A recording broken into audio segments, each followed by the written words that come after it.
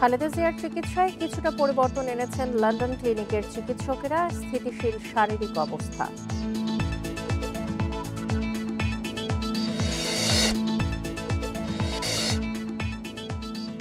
BSF এর বেড়া তৈরির চেষ্টা উস্কানিমূলক আচরণ হিসেবেই দেখছেন সীমান্তবাসী। প্রতিরোধের মুখে বন্ধ তৎপরতা।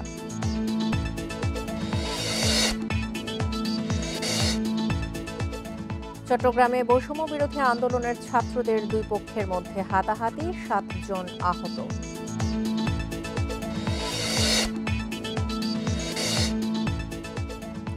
মুন্সিগঞ্জে থানা থেকে ছিনিয়ে নেওয়া যুবদল নেতাকে গ্রেপ্তার করেছে পুলিশ। ঘটনায় জড়িত আরও 3 কর্মী গ্রেপ্তার।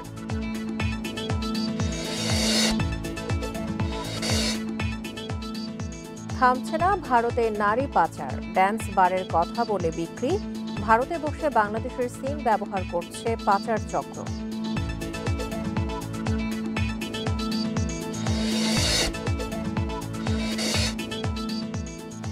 আগুনে পুড়ল নোয়াখালীর মাইজদি হকার্স মার্কেট। ফায়ার সার্ভিসের সোয়া 1 ঘন্টার চেষ্টায় নিয়ন্ত্রণে।